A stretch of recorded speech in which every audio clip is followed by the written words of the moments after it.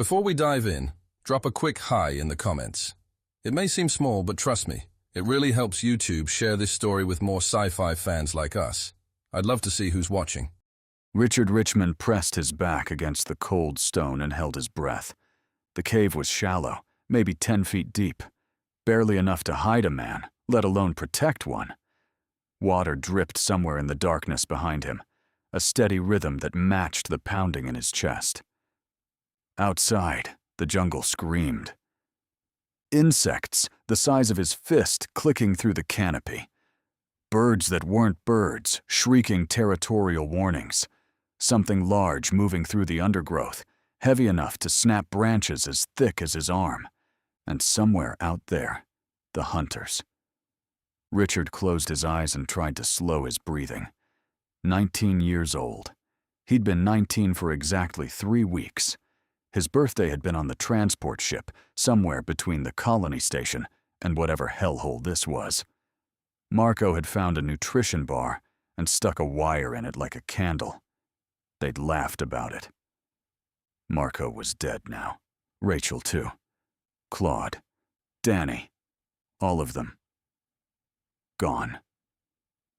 Richard opened his eyes and stared at the jungle framed by the cave mouth.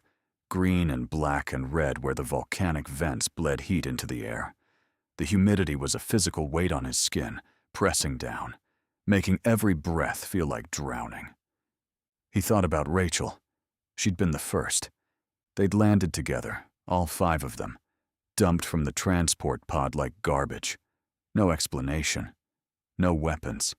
Just the clothes they were wearing and the terror in their eyes. Rachel had tried to stay calm. She'd been pre-med back on Earth, always the rational one, always the voice that said everything would be fine. She'd taken 3 steps into the jungle before the light spear hit her. Richard hadn't even seen where it came from. One moment Rachel was walking, pushing a broad leaf out of her face. The next moment, there was a hole in her chest the size of a fist, edges cauterized black, and she was falling. She never made a sound. Just felt like someone had cut her strings. The hunters had laughed. Richard had heard them. Somewhere up in the canopy, hidden by the foliage, they'd laughed. A barking sound, like dogs choking on broken glass. And then a voice, translated through some device into broken English. First blood. The female. Disappointing. No sport. That was when Richard understood. This wasn't a kidnapping. This wasn't ransom. It was entertainment. They'd run after that. Marco leading because Marco always led. Claude watching the rear because Claude was the biggest, the strongest, the one who'd played defensive line in college. Danny in the middle, crying but moving, too scared to stop. Richard had just followed.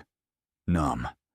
Watching his feet hit the ground one after another, because if he thought about anything else, if he thought about Rachel's body cooling in the mud behind them, he would stop. And stopping meant dying. Claude had lasted until the 2nd day. They'd found a stream and followed it, hoping it led somewhere, anywhere. The jungle had thinned slightly, and for a few hours Richard had let himself believe they might make it. Might find a settlement, a research station, something. Then Claude had vanished. One moment he was there, bringing up the rear, his big frame pushing through the undergrowth. The next moment the ground opened beneath him, and he was gone. Just gone. A pit, maybe 20 feet deep, covered with vegetation and woven branches. A trap.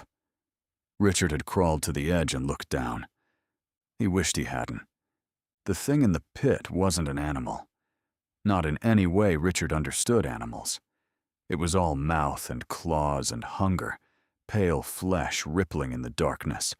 And Claude was screaming. Screaming in a way Richard had never heard a human scream. And then he wasn't screaming anymore.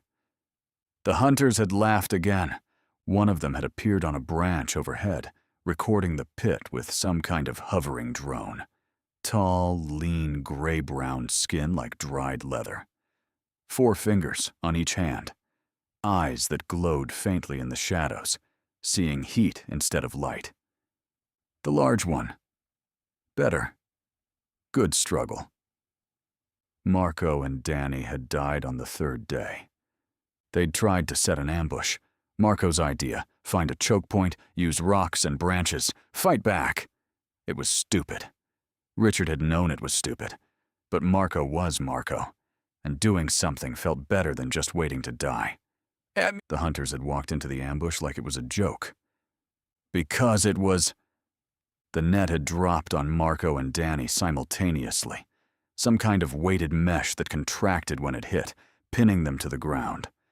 Richard had frozen, hidden behind a fallen tree, watching as the hunters emerged from the jungle like ghosts. 4 of them. They'd taken their time with Marco and Danny, not killing them immediately. Circling, poking with their spears. One of them narrated in that broken, translated voice, while another controlled the camera drone. 2 more. The male resists. Entertaining. The smaller male hides. We let him watch. Builds anticipation. Richard had watched. He'd wanted to help. Wanted to run out and do something, anything. But his body wouldn't move. Some ancient part of his brain had locked his muscles in place, kept him hidden, kept him alive. He'd watched Marco and Danny die, and he'd done nothing. That was 2 days ago. Now Richard was alone in a shallow cave, listening to the jungle scream, knowing the hunters were out there, knowing the cameras were watching, knowing millions of aliens across dozens of star systems were placing bets on how long he'd last. He had to move. Staying meant dying slowly. The cave had no water, no food, no protection from the things that hunted at night. He'd seen them the previous evening, slinking through the darkness on too many legs, clicking and chittering to each other in some alien language of hunger. The hunters wouldn't even have to kill him. They could just wait. Let the planet do it for them.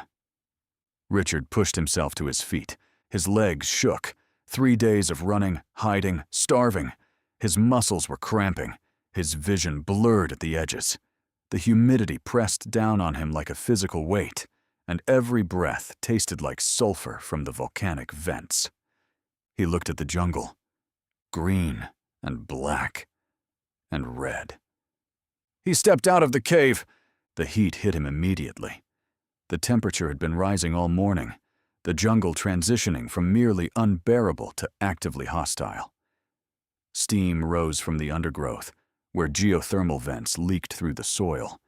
The canopy above filtered the alien sun into a sick yellow-green haze. Richard picked a direction and started walking. Not running. He'd learned that running just made them excited, made them close in faster. Walking was better.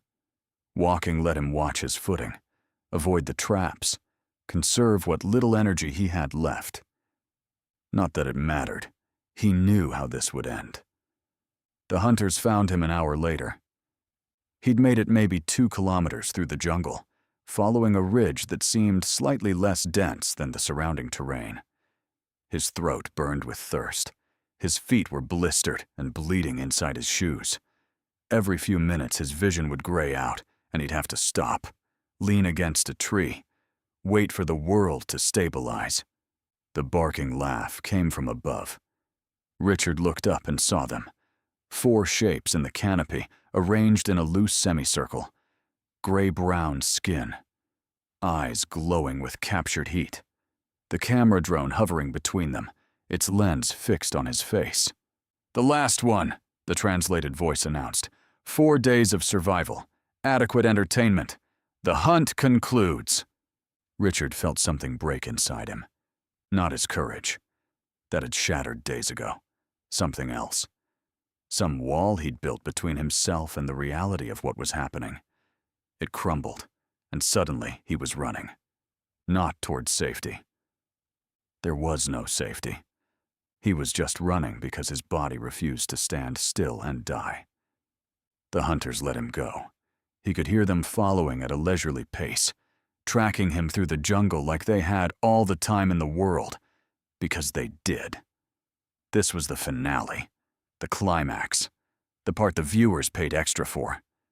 Richard burst through a wall of vegetation and skidded to a stop.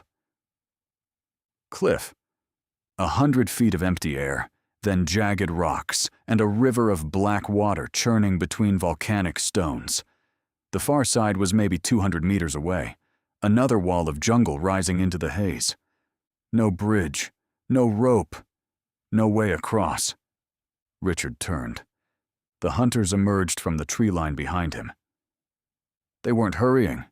They spread out in a loose arc, blocking any retreat, their light spears held casually at their sides. The leader, the one with the translator, stepped forward. "End of the line, human. You ran well. Better than most of your kind. But all prey runs out of ground eventually." Richard's chest heaved. His vision swam. His legs felt like they were made of water. "Why?" he heard himself ask. His voice was a cracked whisper. "Why do this?" The hunter tilted his head. The translator crackled. "Entertainment. Your species is new to the galaxy. Soft. Weak. You make excellent prey. And the viewers pay well to watch soft things struggle." The camera drone drifted closer to Richard's face. "Any last words, human? The audience appreciates drama." Richard thought about his father. Samuel Richmond, former Army, hunting guide in Alaska for the last 15 years. A quiet man who spoke more to the wilderness than to people. Richard's parents had divorced when he was 12, but that hadn't changed anything between them. Every summer, Richard flew to Alaska. They'd sit on the cabin porch for hours, talking about everything and nothing. His father would cook elk steaks and tell stories about the mountains. Richard never cared much for the hunting itself, but he loved those weeks, loved the silence, loved the man his father became when the world fell away. He'd been planning to visit again after this trip, had already bought the plane ticket. "My father," Richard said. His voice steadied slightly. "My father will find you." The hunter made that barking laugh sound. "Your father is light years away, human. He will never know what happened to you. He will never find this place. He will live his small life on his small planet and die wondering why his offspring never came home." The hunter raised his light spear. "Goodbye, human." The last thing Richard Richmond saw was the flash of energy, bright and white and absolutely final. Then nothing. Samuel Richmond watched the broadcast in his cabin outside Fairbanks. The screen was old, 20-inch display, slightly cracked in one corner, propped on a wooden table he'd built himself. The cabin was dark except for the glow of the video, shadows pooling in the corners where the light couldn't reach. On screen, a young man stood at the edge of a cliff. Samuel's hands rested on his knees. Still. Perfectly still. His breathing was slow and even, the way it always was when he was tracking something through the wilderness. Patient. Controlled. The young man on screen was talking to something off camera. Samuel couldn't hear the words. The audio was muffled, overlaid with alien commentary that his translation software rendered as enthusiastic narration. The final prey approaches its conclusion. 4 days of excellent entertainment. Our hunters have performed magnificently.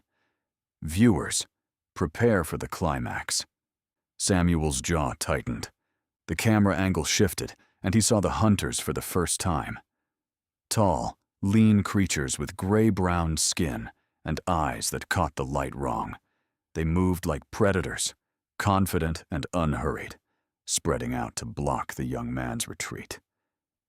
Samuel watched the young man turn and face them. Something cold settled into Samuel's chest. He knew that face.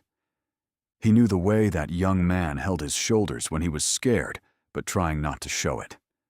Knew the way his chin lifted slightly, a defiant gesture he'd inherited from his mother. knew the exact shade of brown in his hair, darker than Samuel's own, and the way it fell across his forehead when he hadn't cut it in too long. "Richard?" Samuel's hands curled into fists. On screen, Richard was speaking. The translation software caught fragments. "My father will find you."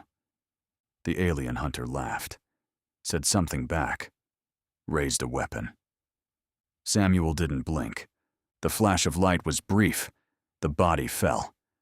The hunters posed with it while the camera drone circled, capturing angles for the highlight reel. The broadcast continued for another 3 minutes. Statistics scrolled across the screen. Survival time, distance covered, viewer engagement metrics. The hunters were interviewed. They described their favorite moments of the chase. Samuel watched all of it. When the screen finally went dark, he sat in the silence of his cabin and listened to his own heartbeat. Slow, steady, unchanged. He didn't cry, didn't scream. He didn't put his fist through the wall or collapse to the floor, or do any of the things a father was supposed to do when he watched his only child die. Samuel Richmond sat in the darkness and felt something inside him shift. Something that had been dormant for 20 years, buried under civilian life and quiet routines and the peaceful rhythm of guiding tourists through the Alaskan wilderness. Something from before. Something military. He stood up slowly, walked to the window, looked out at the snow-covered forest stretching toward the mountains. Richard's voice echoed in his memory. "My father will find you." Samuel's reflection stared back at him from the glass. His eyes were flat, empty, the eyes of a man who was already dead and just hadn't stopped moving yet. "Yes," he said quietly. "I will." The next 12 months were preparation. Samuel started with research. The broadcast had been intercepted by a deep space monitoring station on Europa, one of dozens that scanned alien communications for intelligence purposes. The file had leaked onto the net within hours, tagged with warnings about disturbing content. Most humans who saw it experienced outrage, grief, helplessness. Samuel experienced none of these things. He downloaded every frame, analyzed the terrain, the vegetation, the weather patterns, identified the species of the hunters through xenobiology databases, learned their name, Verath, learned their culture, pack hunters, hierarchical, obsessed with the honor of the kill. He learned about the broadcast company, too, the Quiet Morning Network, named for the planet where they conducted their hunts. Run by a species called the Keithvori, slug-like creatures who'd built an entertainment empire on blood and suffering. They operated in legal gray zones, targeting species not yet protected under the Galactic Sentience Accords. Humans qualified. Samuel learned the hunting schedule, the capture methods, the trafficking routes that fed fresh prey to the preserve. He learned which frontier colonies had the highest disappearance rates, which bars and transit stations were fronts for the operation. He learned everything. Then he started preparing physically. Samuel was 46 years old, former Army infantry, discharged 15 years ago after a training accident, left him with a permanently damaged knee. He'd kept in shape since then, more or less, but guiding clients through the backcountry wasn't the same as combat operations. He started running again, swimming in frozen lakes, climbing, pushing his body back toward the edge it had once known. The knee screamed at him every day, but he ignored it. Pain was just information. Information could be managed. He practiced with weapons, not guns, nothing that would show up on scanning equipment. Knives, improvised tools, traps and snares. The old skills came back slowly. Then all at once, muscle memory surfacing from wherever it had been buried. He sold his cabin, his truck, his guiding business, everything he'd built over 15 years of civilian life, liquidated into credits that he converted into untraceable funds. He bought equipment, survival gear designed for hostile environments, compact tools that could pass as civilian supplies, medical kit, water purification, fire starters. Nothing that would mark him as dangerous. Everything that would keep him alive. 11 months after Richard's death, Samuel traveled to Kepler's Reach. The colony was a frontier settlement on the edge of human space, 3 weeks by transport from Earth. Officially, it was a mining outpost. Unofficially, it was the kind of place where people disappeared and nobody asked questions. Samuel arrived alone, older man, quiet, no connections. He checked into a cheap hostel near the Port District and spent 2 weeks establishing himself as exactly what he appeared to be, a burned-out tourist with nowhere else to go. He frequented the right bars, the ones where the lighting was bad and the clientele was worse. He drank alone, paid in cash, and let himself be seen. The traffickers noticed him on day 15. They were good at their jobs, professional. They watched him for 3 days before making contact, confirming he was alone, confirming no one would miss him. Samuel let them watch, let them see an easy mark, a man at the end of his rope, far from home, worth more as cargo than as a customer. They came for him on a Thursday night. 3 of them, human, working as middlemen for the Keth Vori supply chain. They waited until he left the bar, followed him into an alley, and hit him with a neural stunner before he could react. Samuel could have fought back. He chose not to.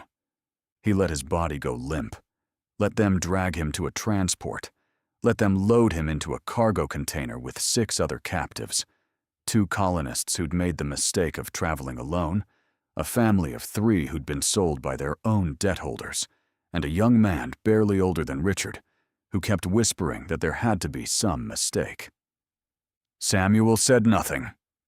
The transport lifted off and jumped to hyperspace, in the darkness of the cargo hold, surrounded by the sound of weeping and whispered prayers. Samuel Richmond closed his eyes and counted days. 14 months since Richard died. 2 weeks since he'd let himself be captured. Soon, the transport dropped out of hyperspace above quiet morning. Samuel watched through a small viewport as the planet filled the frame. Green and brown and black, swirled with clouds, scarred by volcanic activity. Even from orbit, he could see the red glow of lava flows cutting through the jungle. Beautiful in its way. The transport descended through the atmosphere, shaking and groaning as it hit turbulence. The other captives huddled together, terrified, some crying openly. The young man who kept insisting on a mistake had gone silent, his face blank with shock. Samuel watched the jungle rise toward them. The transport didn't land. It slowed to a hover above a clearing, and the cargo hold doors opened. Hot, humid air rushed in, carrying the smell of sulfur and rotting vegetation. A voice echoed through the hold. Translated. Artificial. Welcome to Quiet Morning. You have been selected for participation in our premium entertainment experience. The rules are simple. Survive. Your hunters will begin pursuit in 1 hour. May your struggle bring joy to our viewers. The captives were pushed toward the door. Some went willingly, too stunned to resist. Others had to be dragged. The young man tried to fight, clinging to the doorframe, screaming that this couldn't be happening. A guard hit him with a neural prod. He fell into the jungle below. Samuel walked to the door without being pushed. He looked down at the clearing. 20 feet below, the other captives were scrambling to their feet, looking around in panic, some already running toward the tree line. In the distance, on a ridge overlooking the clearing, he could see figures watching. Verath hunters, arranged in a loose line, their postures radiating anticipation. Camera drones hovered in the air between them, already capturing footage. Samuel stepped off the transport. He landed in a crouch, absorbing the impact with bent knees. The heat hit him immediately, pressing against his skin like a physical weight. The humidity made every breath feel thick. Around him, the other captives were scattering, running in every direction. Some were crying. Some were praying. The young man who'd fought was lying on the ground, still stunned, twitching slightly. Samuel stood up slowly. He looked at the jungle, green and black and red, just like in the video, just like the last thing his son had ever seen. The Verith hunters were watching. He could feel their eyes on him, could see the camera drones pivoting to capture his face. They expected him to run. Samuel didn't run. He brushed the dirt from his knees, rolled his shoulders, took a long, slow breath of the sulfur-tinged air. Then he walked toward the tree line, not fast, not slow, the measured pace of a man who knew exactly where he was going. Behind him, translated chatter crackled from the ridge. The hunters were confused, intrigued. This was new. This was different. This was going to be excellent entertainment. Samuel Richmond disappeared into the jungle. He was home. Verith Prime. Hunter Korvax had killed 47 humans. He kept count. All the experienced hunters did. It was a mark of status among the packs, a number that grew with each season on Quiet Morning. 47 kills across 6 years of hunts, each one recorded, archived, and sold to millions of viewers across the network. Humans were his specialty. Other hunters preferred the Drillick, with their thick hides and violent death throes. Some favored the Yanari, whose pack-bonding instincts made them easy to manipulate. But Korvax had developed a taste for humans early in his career and never looked back. They were soft, fragile. Their bodies broke easily and their minds broke easier. Most of them spent their final hours weeping, begging, praying to gods that couldn't hear them. The viewers loved it. Vulnerability sold well. But they were also unpredictable. That was what made them interesting. Unlike most prey species, humans didn't follow reliable patterns. Some ran until their hearts gave out. Some hid and starved. Some tried to fight with rocks and sticks, which was always entertaining. A few, very rarely, tried to set traps of their own. Those were the memorable ones. Korvax stood on the observation ridge and watched the new batch of prey scatter into the jungle below. 8 humans total. Standard extraction, standard release. The cameras were already tracking them, drones spreading out to capture every angle. Initial dispersal complete, reported Tracker Ven from his position near the drone control station. 7 targets moving in predictable patterns, 1 anomaly. Korvax's interest sharpened. Anomaly? Ven pulled up a holographic display. One of the camera feeds showed an older human male walking calmly into the tree line. Not running, not looking over his shoulder. Just walking. Steady and unhurried, like he was taking a morning stroll through familiar territory. "This one," Ven said. "Minimal stress indicators. No panic response. Heart rate elevated, but controlled. He's been on the ground for 6 minutes and hasn't broken stride once." Korvax studied the feed. The human was older than typical prey, maybe mid-40s by their species reckoning. Weathered face, calloused hands. He moved through the undergrowth with an economy of motion that spoke of experience in wilderness environments. "Interesting. Background?" Korvax asked. Ven checked his data pad. Captured on Kepler's Reach. No military flags in his file. Listed occupation. Hunting guide. Origin planet. Earth. A hunter. Korvax made the grinding sound that passed for amusement among the Verith. How appropriate.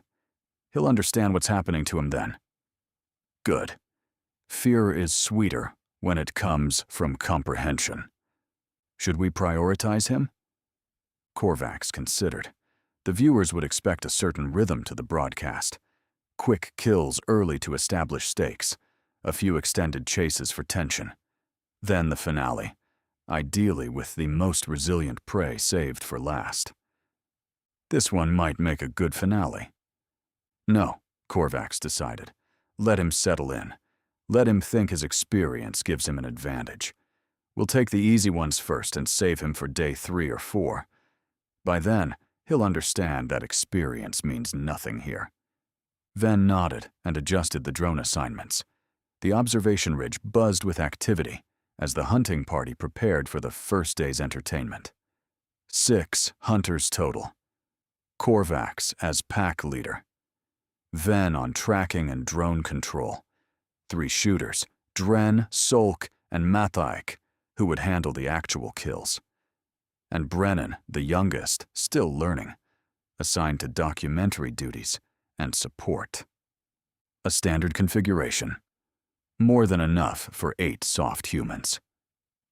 Korvax checked his light spear and felt the familiar anticipation building in his chest. The hunt was beginning. Below, in the jungle, the prey was already dying. Samuel Richmond had been on the ground for 2 hours. In that time, he had covered approximately 3 kilometers, identified 4 viable water sources, cataloged 6 species of potentially edible vegetation, and located the primary game trail used by the planet's apex predators. He had also counted 18 camera drones. They moved in predictable patterns, sweeping the jungle in overlapping grids. Most were focused on the other captives, tracking their panicked flight through the undergrowth. But a few had locked onto Samuel, hovering at a respectful distance, recording his unusual behavior for the viewers. Let them watch. Samuel crouched beside a stream and filled his improvised water container, a large leaf folded and sealed with tree sap. The water was warm and slightly acidic, but drinkable. He'd need to find a better source eventually, something fed by the volcanic springs that dotted the terrain. But that was a problem for later. Right now, he was building a map in his head. The jungle was dense but not impenetrable. Game trails cut through the worst of the undergrowth, creating natural highways for anything large enough to push through. The volcanic activity created thermal variations that affected vegetation patterns. Cooler zones near the vents where certain plants thrived, hotter zones where the ground itself could burn exposed skin. The terrain rose steadily to the north, toward a ridge of volcanic peaks that dominated the horizon. South and west, the jungle stretched flat and endless. East, according to the brief glimpse he'd gotten from the transport, was a river system cutting through a canyon. Multiple options, multiple approaches. Samuel moved north. He wasn't heading for the high ground, not yet. First, he needed to understand what he was working with. The hunters had advantages: technology, numbers, familiarity with the terrain. But advantages could become weaknesses if you knew how to exploit them. The camera drones, for instance. They were sophisticated, nearly silent, equipped with sensors that could track heat signatures and movement. But they were also predictable. They followed programming, not instinct. They swept the same areas at the same intervals, leaving gaps that a patient observer could identify and exploit. Samuel had been observing for 2 hours. He already knew 3 blind spots within a kilometer of his current position. He also knew the hunters were watching him, not closely. Not yet. They were focused on the easier prey, the ones who ran and screamed and made for good entertainment. Samuel had heard 2 death screams in the past hour, distant but unmistakable. 2 down. 6 remaining, including himself. The hunters would come for him eventually. When the easy kills were done, when they needed fresh content, they would turn their attention to the anomaly, the human who didn't run. Samuel intended to be ready. He found what he was looking for an hour later, a section of jungle where the canopy was particularly dense, blocking most of the light and creating a maze of shadows and hanging vines. The ground here was treacherous, riddled with root systems and hidden depressions. A large predator had marked the area. Claw marks on the trees, the faint musk of territorial scent. Perfect. Samuel began to work. "He's just sitting there," Tracker Ven reported to Korvax. "Has been for the past hour. Not moving, not building shelter. Just sitting."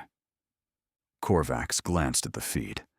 The older human was crouched in a shadowy section of jungle, barely visible even with thermal enhancement. He appeared to be doing nothing at all. "Perhaps he's given up," Drent suggested. The shooter was cleaning his light spear, preparing for the afternoon hunt. Some of them do that. Shock response. They go catatonic and wait for death. "His heart rate doesn't match shock," Ven said. "Elevated but stable.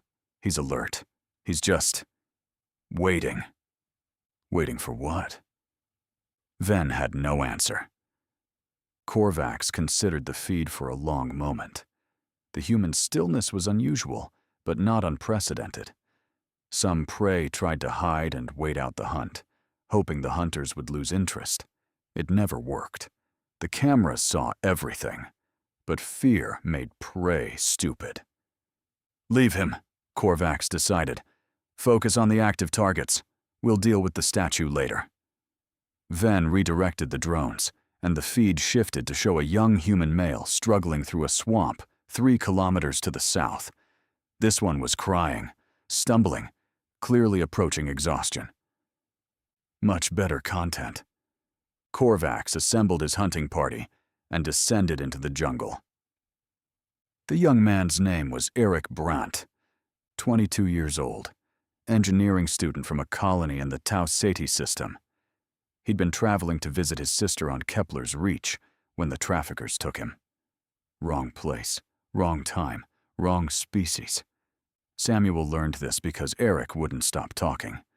They'd crossed paths near a thermal vent where the ground was warm enough to dry wet clothing and the sulfur smell masked other scents. Eric had stumbled into the clearing wild-eyed and desperate and had immediately latched onto the first human he'd seen. "Thank God," Eric gasped, clutching Samuel's arm. "Thank God. I thought I was alone. I thought everyone was dead. We have to stay together. We have to find a way out of here. My sister, she's waiting for me.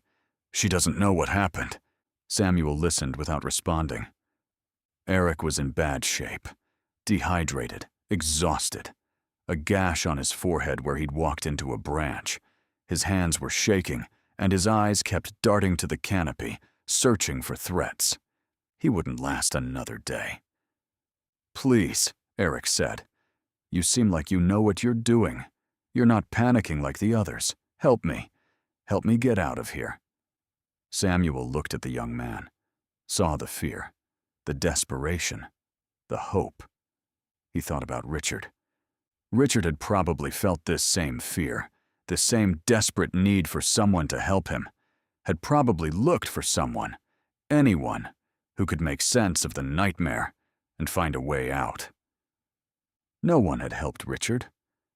Samuel felt something crack in his chest, a splinter of the old him, the father, the protector, pushing through the cold. "What's your name?" "Eric. Eric Brandt." Samuel nodded slowly. "Okay, Eric. Listen to me carefully. Go east. There's a river system about 5 kilometers that direction. Follow it downstream, but stay off the banks. Use the tree line for cover. The canyon walls will block some of the drone angles." He reached into his pocket and pulled out a handful of the edible roots he'd collected earlier, pressed them into Eric's shaking hands. "These are safe to eat. Don't drink the water unless it's moving fast and clear. Rest during the hottest part of the day. Move at dawn and dusk when the thermal sensors have the most interference." Eric clutched the roots like they were made of gold.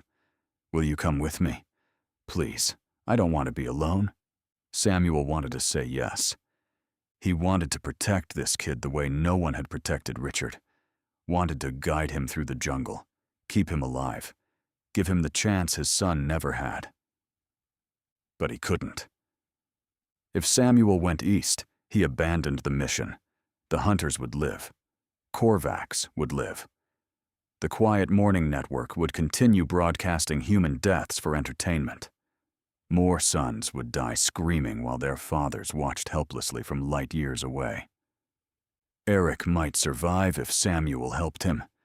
Millions wouldn't. "I can't," Samuel said. The words tasted like ash. "I have something I need to do. Something that might stop this from happening to anyone else." Eric's face crumpled. "But, East, stay smart. Stay quiet." Samuel gripped the young man's shoulder once, firm and brief. "Survive, Eric. That's how you win." He turned and walked north. Behind him, Eric called out once, twice. Then the sounds faded as the young man headed east, following the only advice anyone had given him. Samuel kept walking. He told himself Eric had a chance. The river route was real. The advice was solid. If the kid stayed smart, stayed quiet, he might make it longer than the others. But Samuel had been a hunter for 30 years. He knew the odds. And he knew that sometimes, no matter how much you wanted to help, the best you could offer wasn't enough. The hunters found Eric Brandt near the river canyon at sunset. Samuel was 2 kilometers away, in a tree, watching through a gap in the canopy. He couldn't see the details at this distance, but he could hear the screams. Eric lasted longer than expected. 3 minutes, maybe 4. The hunters seemed to be taking their time, playing with him, making a show for the cameras. Samuel could hear the barking laughter echoing through the jungle, the translated taunts, the wet sounds of violence. Then silence. Samuel climbed down from the tree and continued his work. By his count, 4 captives remained alive. Himself and 3 others, scattered somewhere in the vast expanse of the hunting preserve. The hunters would likely continue picking off the easy targets tomorrow, saving Samuel for later in the week. That gave him time. The trap he was building was simple in concept, complex in execution. A deadfall, triggered by a trip line, designed to drop a weighted log onto anything that passed beneath it. Basic wilderness survival technique, the kind of thing he'd taught to tourists in Alaska. But this version had modifications. The trip line wasn't at ground level, where a careful hunter might spot it. It was at knee height, anchored to a vine that blended with dozens of others hanging from the canopy. The trigger mechanism was mechanical, no electrical signature for sensors to detect. The kill zone was in a natural choke point between 2 rock formations, a spot that any tracker would use to follow prey moving north. And the log wasn't just weighted. Samuel had spent hours carving stakes from hardwood, sharpening them to points, embedding them in the underside of the log. When it fell, it wouldn't just crush, it would impale. The trap wouldn't kill a Verith instantly. They were too tough for that, their leathery skin and dense musculature providing natural armor. But it would wound, immobilize, create noise that would attract the predators Samuel had heard, hunting in this section of the jungle. Nature would finish what the trap started. Samuel tested the mechanism one final time, confirmed the trip line's tension, then melted back into the shadows. He climbed a tree 50 meters away, wedged himself into a fork between branches, and settled in to wait. The night sounds of the jungle surrounded him. Clicking insects, distant roars, the constant rustle of things moving through the undergrowth. The heat had faded slightly with sunset, but the humidity remained, pressing against his skin like a damp blanket. Samuel closed his eyes. He didn't sleep. Couldn't sleep. But he let his mind drift into a half-aware state, conserving energy while remaining alert to any change in his surroundings. It was a skill he'd learned in the army, perfected during long nights on ambush, refined over 15 years of guiding hunters through the Alaskan wilderness. Patience was a weapon. Samuel had plenty of it. The trap was triggered at dawn. Samuel heard it before he saw it. A sharp crack as the mechanism released, followed by a heavy thud as the log fell, followed by a scream. Not a human scream. Samuel dropped from his tree and moved toward the sound, fast but careful, keeping to the shadows. The morning light filtered through the canopy in pale green shafts, illuminating the mist that rose from the jungle floor. He reached the trap in under a minute. The hunter was still alive. It was one of the shooters. Samuel had seen him on the ridge during the initial release. Younger than the others, maybe the equivalent of early 20s in Vareth terms. He was pinned beneath the log, 3 stakes punched through his torso, gray-brown blood pooling on the ground beneath him. His light spear had fallen a few feet away. His communication device was sparking, damaged by the impact. The hunter saw Samuel emerge from the shadows, and his eyes widened. He tried to speak, but only blood came out, bubbling from between his teeth in a dark froth. Samuel stood over him and said nothing. The hunter's translator crackled, damaged but functional. "Help. Please.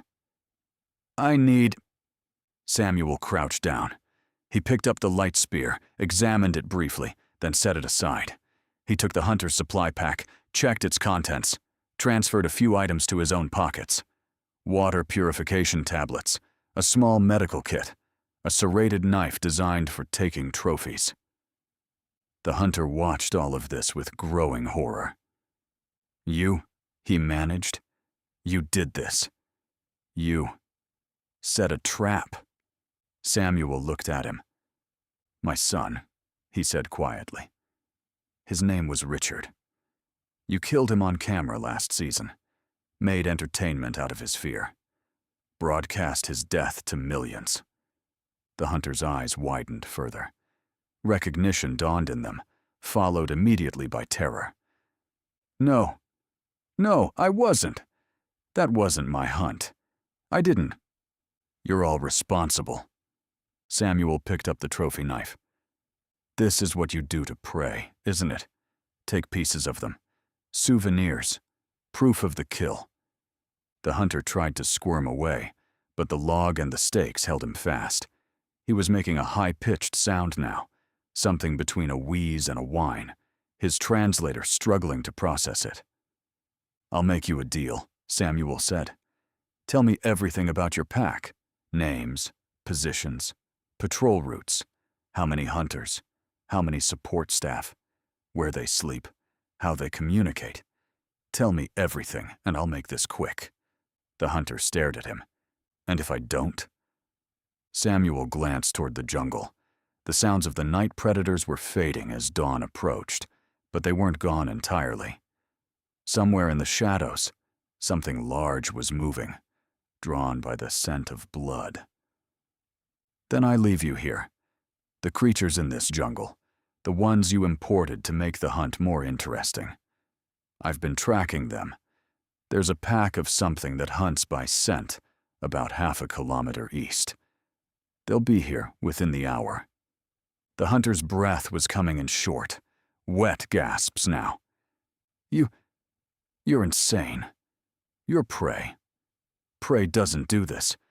Prey runs and hides and dies. This isn't how it works." "I'm not prey," Samuel said. "I'm a hunter. And you made one mistake." "What mistake?" Samuel leaned closer. "You took the wrong human." The hunter talked. His name was Brennan, youngest member of the pack. 2 seasons on quiet morning, mostly documentary duties, occasionally allowed to participate in kills. He knew everything Samuel needed: the pack's standard operating procedures, their communication frequencies, their patrol patterns, their camp location near the eastern ridge. He also knew that the pack leader, Korvax, had personally supervised Richard's hunt last season. Samuel listened to all of it, memorized every detail, asked clarifying questions when necessary. When Brennan was finished, he looked up at Samuel with something like hope in his alien eyes. "The deal," he rasped. "You said, quick." Samuel nodded. He stood up and walked away.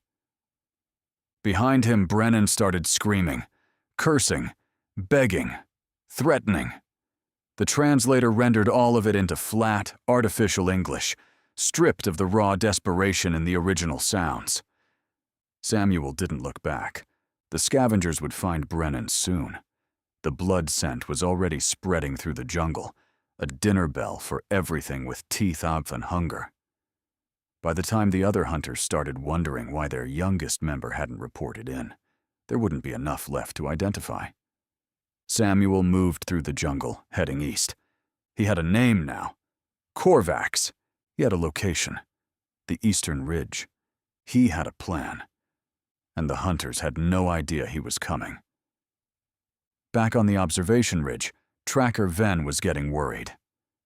"Brennan hasn't checked in," he reported to Korvax. "His signal dropped 6 hours ago. Communication device might be damaged." Korvax frowned. "Last known position?" "Northern sector." He was tracking the anomaly. The older human who doesn't run. "Send Dren to check. Probably just equipment failure, but we should confirm." Ven relayed the order, and Dren moved out, descending into the jungle with his light spear primed and ready. The viewers would appreciate the tension. A hunter searching for a missing comrade. Good content. Korvax returned his attention to the main feeds. 3 human prey remained. The older one, the anomaly, had gone to ground somewhere in the northern jungle. 2 others were still mobile, one heading south toward the volcanic zone, one circling back toward the original drop point. Standard behavior. Predictable. Boring. He hoped the anomaly would provide better entertainment. On the feed, the older human was nowhere to be seen. The drones swept their assigned sectors, but found only empty jungle. No heat signature. No movement. Like he'd vanished. Korvax felt a flicker of unease. He dismissed it immediately. The human was hiding. That was all. Prey hid. It was what they did. Sooner or later, he would move, and the cameras would find him, and the hunt would continue as it always did. There was nothing special about this one. Nothing at all. Dren found the trap site an hour after sunrise. The clearing was small, barely 10 meters across, hemmed in by volcanic rock formations on 2 sides. The morning light filtered through the canopy in pale shafts, illuminating a scene that made no sense. The deadfall log lay on the ground, stained dark with dried blood. Verath blood. Dren recognized the color, the smell, the way it had soaked into the soil and turned it black. 3 sharpened stakes jutted from the underside of the log. 2 of them snapped off at the base. But there was no body. Dren circled the site slowly, his light spear raised, eyes scanning the shadows. The ground told a story. Impact marks where something heavy had fallen. Drag marks leading toward the eastern tree line. Scattered equipment fragments. And tracks. Not Verath tracks. Something else. Multiple somethings. Moving in a pack formation. Converging on the site from several directions. Scavengers. The jungle's cleanup crew, drawn by the scent of blood and weakness. They'd found Brennan before anyone else could. Dren activated his communication device. "Pack leader, I found the site." Korvax's voice crackled through the speaker. "Report. Trap. Deadfall with embedded stakes." Brennan triggered it. Blood everywhere, but no body. Scavengers got to him. A long pause. "A trap," Korvax repeated. "You're telling me Brennan walked into a trap?" "That's what the evidence shows." Brennan was trained. He knew this terrain. He wouldn't walk into a trap set by prey. Dren looked at the sharpened stakes, at the careful placement of the tripline anchor points. at the kill zone positioned perfectly between the rock formations, exactly where a tracker would walk. "This wasn't a panic trap," he said slowly.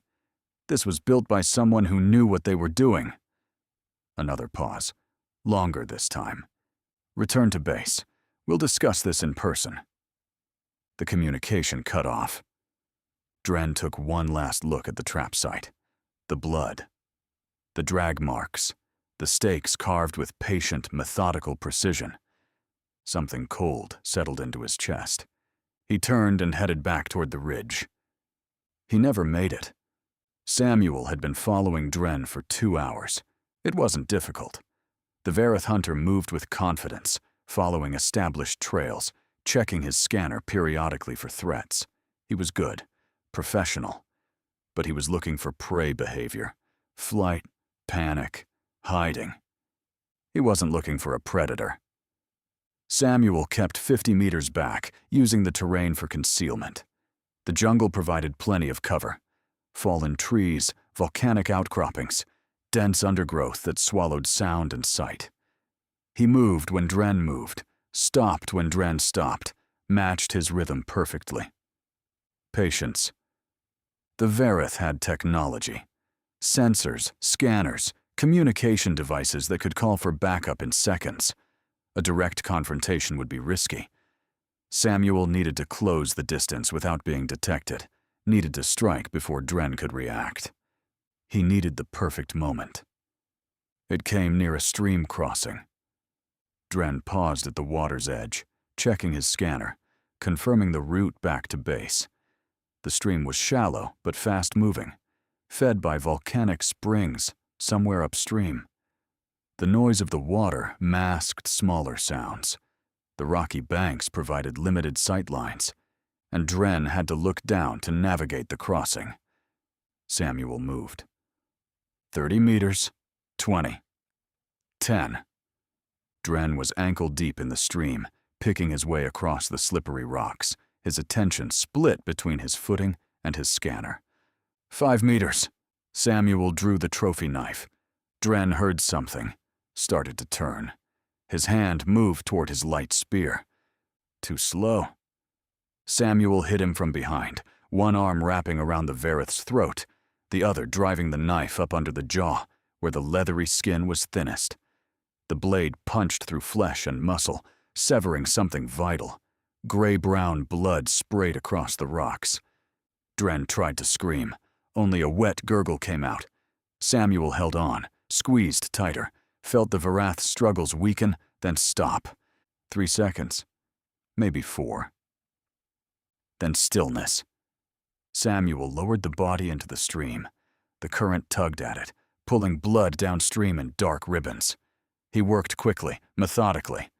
Took the light spear, took the scanner, took the communication device, and crushed it under his boot. Then he dragged the body to the bank and went to work. The jungle predators left distinctive marks. Samuel had studied them over the past 2 days, examining kill sites, analyzing wound patterns. Claw marks followed specific angles. Bite patterns had consistent spacing. A good tracker could read a predator attack like a signature. Samuel created a signature. He used the trophy knife to add wounds that matched the local apex predator. Tore the clothing in the right places. Scattered equipment to simulate a struggle. Dragged the body to a depression near the stream and positioned it the way a predator would leave a half-eaten kill. It wouldn't fool a forensic expert. But it might fool hunters who wanted to believe they were still in control. Samuel cleaned the knife in the stream and disappeared into the jungle. 14 months ago, Richard Richmond was killed. He was only 19 years old, hunted for sport on an alien world called Quiet Morning. They chased him for 4 days, let him run until his legs gave out. And when they finally cornered him at the edge of a cliff, they killed him on camera and broadcast his death to millions of paying viewers across the galaxy. His father, Samuel Richmond, watched him die on camera. He didn't scream, didn't cry. He made a decision. He spent the next 12 months preparing, learning everything about the Verath, studying their hunting operation, their planet, their methods. Then he traveled to a frontier colony, walked into the right bar, and let the traffickers take him. Samuel was dropped onto the same planet, the same jungle, the same hunters. They expected him to run. He didn't. In 3 days, he killed 2 of them, made it look like accidents. The hunters are starting to realize something is wrong. But it's already too late. The hunt has been reversed. The observation ridge was quiet. Too quiet. Tracker Ven cycled through communication frequencies for the 3rd time in 10 minutes. Static. Nothing but static. Dren should have reported by now, he said. Korvac stood at the edge of the platform, staring into the jungle below. His arms were crossed. His posture was still, controlled. But Ven had worked with him for 6 seasons. He could see the tension in the pack leader's shoulders. Korvac was worried. He was hiding it, but he was worried. How long since his last check-in? Korvac asked. 4 hours. He was tracking the human, the one who doesn't run. Brennan was tracking him too. Neither of them said what that meant. Ven pulled up the drone feeds on his display. 18 cameras sweeping the jungle in overlapping patterns. They showed trees, streams, volcanic vents, wildlife. No sign of Dren. No sign of the human. He's using our blind spots, Ven said. The gaps between camera sweeps. He's mapped our coverage, and he's living in the spaces we can't see. Korvac turned to face him. His eyes were hard. You're saying he's smart. I'm saying he's not behaving like prey. Then what is he? Ven hesitated. The answer sat in his throat like a stone. I don't know. But Brennan is dead. Dren isn't responding. And this human walked into the jungle 3 days ago like he owned it. He paused. Something is wrong, Korvac. Korvac held his gaze for a long moment. Then he turned back to the jungle. Send Solk and Matic together. Full combat protocol. And if they find the human, then they kill him. And if they find Dren, Korvac's voice hardened. Then we'll know what we're dealing with. Ven nodded. And you? I'll coordinate from here, monitor the feeds. If that human so much as twitches in front of a camera, I'll have his position in seconds. Ven left and relayed the orders. On the ridge, the remaining hunters prepared to move. Solk checked his light spear twice, a nervous habit he'd developed over 6 seasons of hunting. Matic loaded extra charge packs, his movements sharp and efficient. Neither of them spoke. The easy confidence of the hunt's first days was gone. Something else had taken its place. Not fear. Not yet. But the beginning of it. The first cold whisper that maybe, just maybe, they had underestimated their prey. They descended into the jungle. Behind them, Korvac watched the feeds and waited. They found Dren's body 2 hours later. Solk spotted it first, a shape in the undergrowth near a stream, half hidden by vegetation. He signaled Matic, and they approached in combat formation, weapons raised, eyes scanning every shadow. The body was a mess. Claw marks across the torso, bite wounds on the throat and shoulders, equipment scattered in a wide radius, consistent with a violent struggle. Dren's light spear was missing, but his scanner lay nearby, cracked but intact. Predator attack, Matic said. His voice was flat, unconvinced. Solk crouched beside the body, examining the wounds. He'd seen predator kills before, hundreds of them. The jungle was full of things that killed and ate whatever they could catch. Something was wrong. The wounds are right, he said slowly.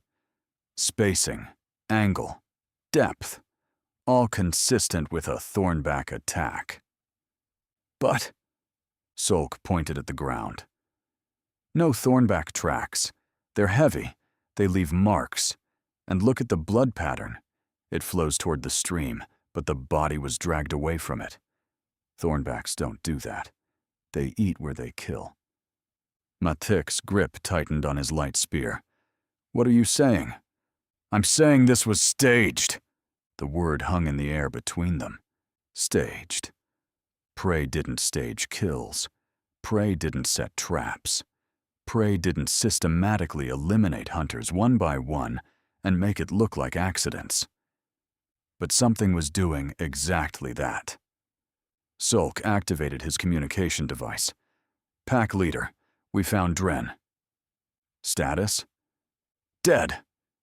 Made to look like a predator attack, but the scene doesn't add up. I think... Sulk stopped, swallowed, forced himself to say the words. I think the human did this. Silence on the channel. Then Korvax's voice, cold and sharp. Explain. The trap that killed Brennan. Now this. It's not luck, Korvax. It's not coincidence. He's hunting us. More silence. When Korvax spoke again, his voice had changed. The dismissive arrogance was gone, replaced by something harder. Return to the ridge, both of you. No more splitting up. We regroup and reassess. Understood. Sulk and Matik exchanged glances. Neither said what they were both thinking, that regrouping was an admission of something none of them wanted to admit. They were being hunted. By prey.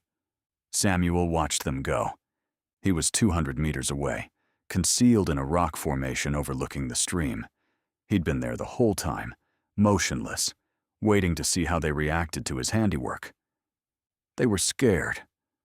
Good. Fear made people stupid, made them cluster together, seek safety in numbers, abandon the tactics that made them effective. The Verith were pack hunters, but their packs worked best when spread out, coordinating, covering multiple angles. Bunched together, they lost their advantage. Samuel was counting on that. He watched Sulk and Matik retreat toward the ridge, moving fast, checking over their shoulders every few seconds. The confidence was gone from their movements. They walked like prey now. 4 hunters left. Korvax, Sulk, Matik, and Ven. But he was support, drone operator, tracker. In a direct confrontation, he'd be the weakest link. But Sulk and Matik were experienced shooters, dangerous in a fair fight. Samuel had no intention of fighting fair. And then there was Korvax, the pack leader, the one who'd supervised Richard's death, the one who'd laughed while a 19-year-old boy died screaming in front of millions of viewers. Samuel had saved him for last.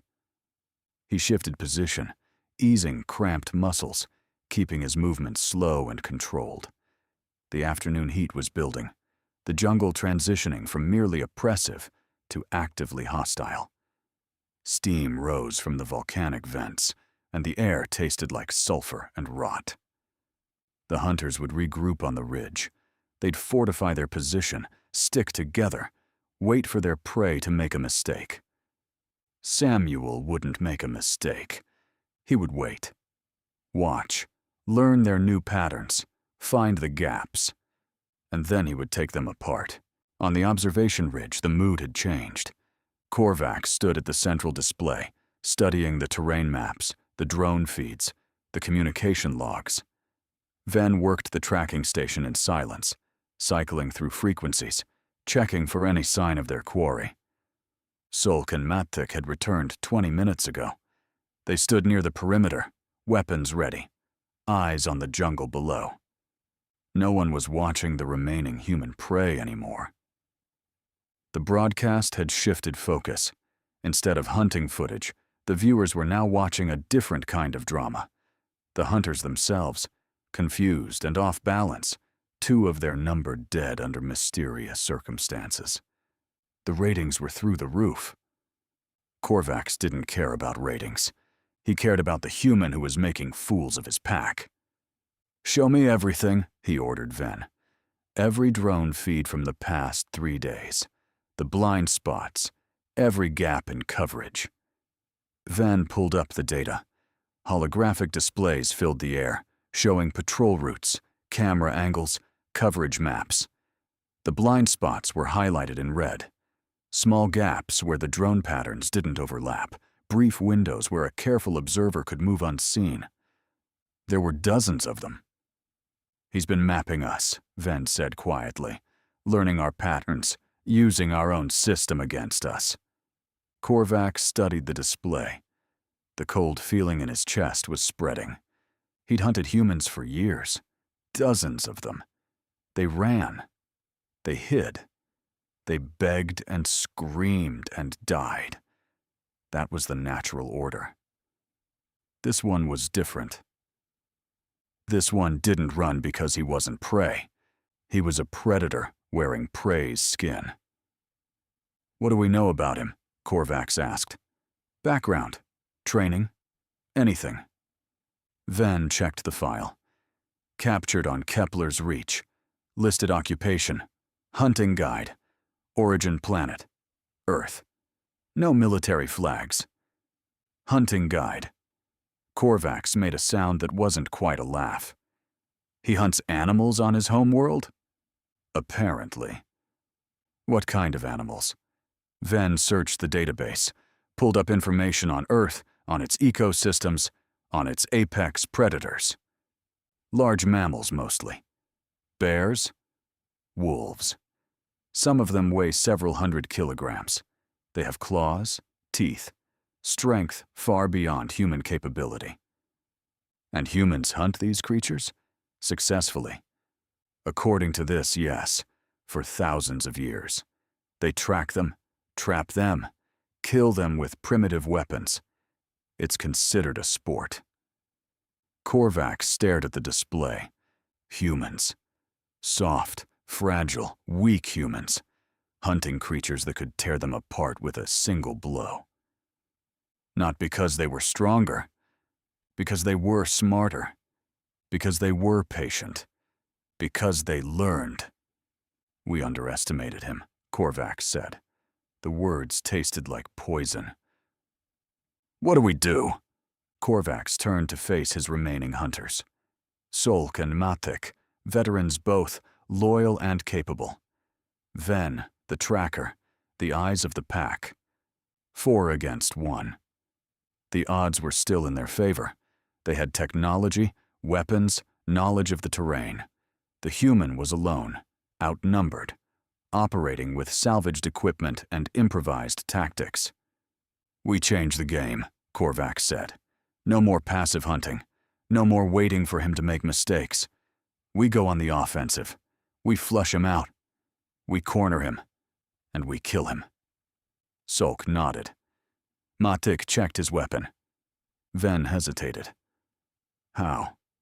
"He knows our patterns. He's already in our blind spots. Then we eliminate the blind spots. New drone configurations, overlapping coverage, no gaps. And we don't chase him through the jungle. We draw him to us." "How?" Korvac smiled. It was not a pleasant expression. "There's one other human still alive out there. We find him. We put him somewhere visible. And we wait. Bait. The oldest hunting tactic in the galaxy. Korvac was done underestimating his prey. Samuel saw the drones change pattern at sunset. He was positioned on a ridge overlooking the hunter camp, concealed in a rocky outcropping that provided both cover and sight lines. Through the scope of Dren's salvaged scanner, he could see the observation platform, the 4 remaining Verath, the equipment stations flickering with holographic displays. They were adapting. The drone patterns had shifted from standard sweeps to overlapping grids. The blind spots he'd been exploiting were disappearing one by one, filled by redirected camera coverage. They were learning from their mistakes. Good hunters, not good enough. Samuel watched them work through the evening, noting positions, counting weapons, tracking movement patterns. The pack leader, Korvac, moved with authority but also with tension. He knew he was being hunted now. Knew his pack was vulnerable. Fear changed people, made them aggressive, made them dangerous, but also made them predictable. Korvax would come for him now. No more waiting, no more passive hunting. He'd push the offensive, try to regain control. Samuel was counting on it. He settled deeper into his concealment and watched the stars emerge above the jungle canopy. Alien constellations, unfamiliar patterns, light years from the skies he'd grown up under. Richard had seen these same stars, had watched them from hiding, probably, terrified and alone, wondering if anyone would come to help him. No one had. Samuel closed his eyes briefly, let the old pain wash through him. Then he opened them again and returned his attention to the camp below. 3 hunters to go through, then Korvax. He could take his time, be patient, pick them off one by one. Or he could end this faster. The hunters were clustering together now, defensive formation, safety in numbers. But numbers meant a single target. Samuel began to plan. Marcus Fell had survived 9 days, 9 days of running, hiding, drinking from streams that burned his throat, eating things that made his stomach cramp. 9 days of listening to the jungle scream around him, waiting for the moment when the hunters would finally corner him. That moment had come. They'd found him at dawn, huddled in a hollow beneath a fallen tree. He'd heard them coming but had nowhere to run. The jungle behind him was impassable, a wall of thorns and volcanic rock. The hunters had simply walked up, stunned him with some kind of pulse weapon, and dragged him out like a rabbit from a hole. Now he was staked in a clearing, metal pins through his clothing, anchoring him to the ground. Not painful. Not yet. But he couldn't move. Couldn't run. Could only lie there and stare at the alien sky while camera drones circled overhead like vultures. "Please," he said. His voice was raw, cracked from days of thirst and fear. "Please, I have a family. Children. They're waiting for me on..." Quiet. The hunter standing over him was tall, lean, with gray-brown skin and eyes that glowed faintly in the morning light. He wore some kind of rank insignia on his chest. The leader, Marcus assumed. "Your family is irrelevant," the hunter said. His voice came through a translator, flat and artificial. "You are bait now. Nothing more." Bait. Marcus felt the word hit him like a physical blow. "Bait for what?" The hunter smiled. It was not a human expression, not really. But Marcus recognized the cruelty in it. "For the one who hunts us." Korvax stepped back from the staked human and surveyed the clearing. It was perfect. Open ground, 50 meters in every direction. No cover, no concealment, no blind spots. 12 camera drones hovered at various altitudes, providing overlapping coverage from every angle. Motion sensors lined the perimeter. Thermal scanners tracked anything larger than a rodent. If the hunting human approached, they would see him coming. "You think he'll take the bait?" Venn asked. The tracker stood at the edge of the clearing, monitoring his portable display. "He's human," Korvax said. "They have a weakness for their own kind. Pack bonding, they call it. Even when it makes no tactical sense, they try to protect each other." The reports from Brennan's interrogation suggested this one is different. Cold. Mission-focused. Different, perhaps, but still human. Korvax turned to face the jungle. "He's been hunting us for days, killing my pack one by one. He wants something. Revenge, probably. For someone we killed in a previous season." "How do you know?" "Because I've seen that look before, in the eyes of prey who've lost packmates. They stop running. They start fighting back. It never ends well for them, but they can't help themselves." Korvax paused. This one is more capable than most. But he's still driven by emotion, and emotion makes you predictable. Ven didn't look convinced, but he said nothing. On the ground, the staked human had started crying. Soft, hopeless sounds that the microphones captured and broadcast to millions of viewers across 40 star systems. Korvax ignored him. The real prey was still out there, watching, planning. Let him plan. The trap was set. Samuel watched from a ridge 2 kilometers away. Through the salvaged scanner, he could see everything. The clearing, the staked man. The hunters positioned around the perimeter. The drones circling like mechanical birds of prey. It was a good trap. Professional. Well designed. The kind of trap a smart predator would set when it realized it was being hunted. Samuel had set similar traps himself back in Alaska. Different prey, same principle. You find what your target wants, you put it somewhere visible. You wait. The staked man was crying now. Samuel could see his chest heaving, his mouth moving, begging probably, praying. Like Richard had begged, had prayed. Samuel lowered the scanner. He couldn't save everyone. He'd learned that lesson already, with Eric. The mission came first. The mission was bigger than one man, bigger than one life. If he walked into that clearing, he'd be dead in seconds. The hunters would kill him, kill the bait, and continue their operation for another decade. Millions more would die. Richard would have died for nothing.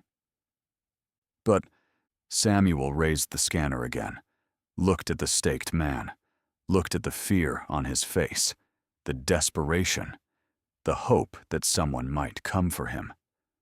That hope was misplaced. No one was coming. No one could come, not into that kill zone. Unless Samuel shifted his focus from the clearing to the ridge beyond it, the observation platform where the hunters had established their base. Power conduits running up from the volcanic vents below. Communication arrays. Drone control stations. The brain of the operation. Kill the brain, and the body would follow. Samuel began to plan. The afternoon heat pressed down on the observation ridge like a physical weight. Sulk sat on an equipment crate near the perimeter, cleaning his light spear for the 3rd time. The weapon didn't need cleaning. It was a nervous habit, something to do with his hands while his mind churned. 2 pack mates dead. Brennan and Dren. Both veterans. Both careful. Both killed by a single human who should have been easy prey. "You're going to wear through the casing," Matik said. The other shooter was standing nearby, watching the jungle below. Sulk grunted. Better than standing still. "You think he'll come?" The pack leader seems certain. "That's not what I asked." Sulk stopped cleaning, looked up at Matik.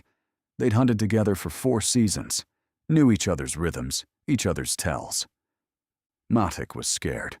"I don't know," Sulk admitted. "This one doesn't behave like prey. He doesn't run when he should run, doesn't hide when he should hide. He sets traps, stages kill sites, moves through our blind spots like he was born here. Humans aren't supposed to do that. No, they're not." Silence stretched between them. "Do you ever wonder," Matik said slowly, "if we chose the wrong species to hunt?" Sulk didn't answer. He didn't have to. They both knew the answer was yes. On the far side of the ridge, Korvax stood alone. He was watching the sunset, the alien sun sinking toward the volcanic peaks, painting the sky in shades of orange and red. He'd watched thousands of sunsets from this ridge over the years. Each one marked the end of a hunt, the conclusion of another successful broadcast. This sunset felt different. Korvax had been hunting for 18 years, started as a young tracker, worked his way up through the pack hierarchy, earned his position through skill and ruthlessness. He'd killed more prey than he could count. Humans, Drellic, Yanari, a dozen other species deemed acceptable targets under galactic law. He'd never felt like prey himself. Until now. The human out there, the one who hunted his hunters, was unlike anything Korvax had encountered. Not stronger, not faster, not better equipped, but something else. Something that made Korvax's instincts twitch in ways they hadn't twitched since his first season as a tracker. The human was patient. That was the thing. Korvax had reviewed the footage, studied the patterns. The human didn't rush, didn't panic, didn't make emotional decisions. He watched, learned, adapted. He turned the hunter's own tactics against them, used the terrain they'd chosen as his weapon. He hunted like a Verath. No, better than a Verath. Because a Verath would never have allowed himself to be captured, would never have walked willingly into a hunting preserve, would never have sacrificed everything for something as irrational as revenge. The human had done all of those things, which meant he was either insane or committed beyond anything Korvax could understand. Either way, he was dangerous. Pack leader. Ven's voice broke Korvax's contemplation. He turned. Report. The bait is secure. All sensors are active. Coverage is complete. Ven hesitated. But I've been reviewing the data from the past few days, the human's movement patterns. And he's been scouting more than the clearing. I found traces of his passage near the northern approach, near the power conduits. Korvax felt something cold settle into his chest. The power conduits. Geothermal energy, drawn from the volcanic vents, converted to electricity to run their equipment. Drones, sensors, communications. Everything depended on that power supply. Show me. Ven pulled up a holographic display. Thermal traces, faint but present, along the ridge's northern slope. The path led directly to the primary power junction. He wasn't scouting the clearing, Korvax said slowly. He was scouting us. It appears so. He's not going to take the bait. No, I don't think he is. Korvax stared at the display. The cold feeling in his chest was spreading now, reaching his limbs, his extremities. Not fear, exactly, but something close. Respect, perhaps. The human had outthought him. Recall Solk and Matic, Korvax ordered. Full defensive positions around the power junction. If he wants to blind us, he'll have to go through all of us. And the bait? Korvax glanced toward the clearing. The staked human was still visible on the feeds, still crying, still hoping for rescue. Leave him. He's served his purpose. Ven nodded and relayed the orders. On the ridge, the hunters prepared for a different kind of battle. Samuel watched the hunters reposition. He was closer now, less than a kilometer from the power junction. The hunters were pulling back from the clearing, consolidating around the infrastructure. They'd figured it out. Faster than he'd expected. The pack leader was smart, adaptive, a worthy opponent in another context. But it didn't matter. Samuel had planned for this too. The direct approach to the power junction was blocked now. 4 hunters, dug in, waiting. A frontal assault would be suicide. Good thing Samuel had no intention of making a frontal assault. He'd spent the past 6 hours preparing, not at the power junction, but around it, along the approaches.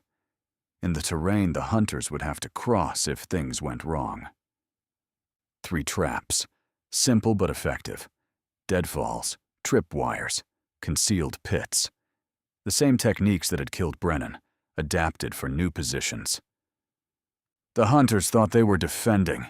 They were actually trapping themselves.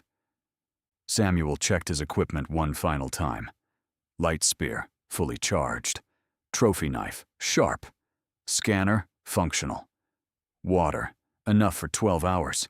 Medical kit, just in case. He'd also prepared something special. The volcanic vents that powered the ridge weren't just energy sources. They were geological features connected to the planet's unstable core. The geothermal activity created pressure buildups, usually vented through natural fissures in the rock. Usually. But if those fissures were blocked, the pressure would build, and eventually release somewhere else. Samuel had spent 2 hours blocking fissures. Not all of them. Just enough. The pressure was building now, beneath the ridge, beneath the hunter's feet. It wouldn't cause an eruption, nothing that dramatic. But it would create instability, tremors, shifts in the terrain. Chaos. And in chaos, a single hunter could move unseen. The sun was setting. The sky burned orange and red above the volcanic peaks. Samuel checked his weapons one more time. Then he began to move. In the clearing, Marcus Fell had stopped crying. It wasn't acceptance. It wasn't peace. It was simply exhaustion. He'd screamed and begged and prayed until his throat was raw, until his voice gave out, until there was nothing left but the hollow certainty that no one was coming. He was going to die here, staked to the ground like an animal, broadcast to millions, forgotten by everyone who'd ever known him. His children would never know what happened to their father. Marcus stared at the darkening sky and tried to remember their faces, tried to hold on to something warm in the cold that was settling into his bones. The camera drone circled overhead, recording his despair for the entertainment of strangers. He closed his eyes and waited. Night fell on quiet morning. The jungle transformed.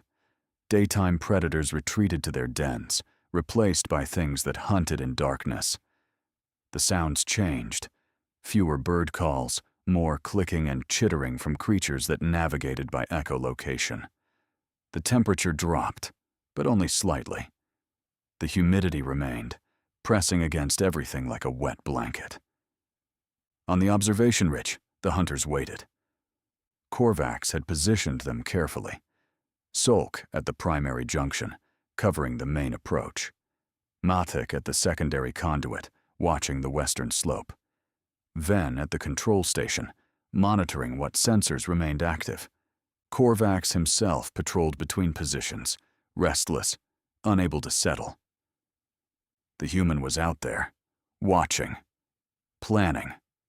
Korvax could feel him. Anything? He asked Ven for the 4th time in an hour. Nothing. No movement on thermal. No triggers on the motion sensors. Ven paused. Maybe he's not coming. He's coming. How can you be sure? Korvax didn't answer.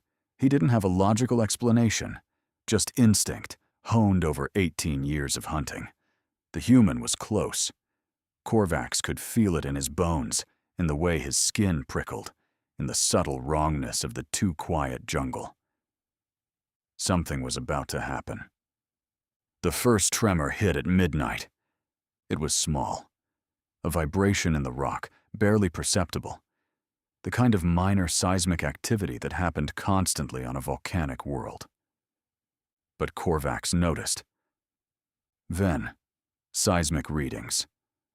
Ven checked his display, frowned. Elevated activity in the northern sector. Pressure buildup in the geothermal system. Nothing critical, but it's unusual. The vents should be releasing this pressure naturally. Something's blocking them. The cold feeling in Korvax's chest turned to ice. He's not attacking the power station, he said slowly. He's attacking the planet. The second tremor hit, stronger this time. Equipment rattled on the ridge. Somewhere in the jungle below, something roared in alarm. "All positions, report!" Korvax barked into his communicator. "Solk here, holding steady." "Matic here, I felt it. What's happening?" Before Korvax could answer, the third tremor hit. This one was different. The ground shifted beneath their feet. A crack appeared in the rock near the primary junction, steam hissing up from below. The drone control station flickered. Somewhere in the darkness, a section of the ridge collapsed, taking a sensor array with it. Chaos. Exactly as Samuel had planned. Samuel moved through the darkness like a ghost.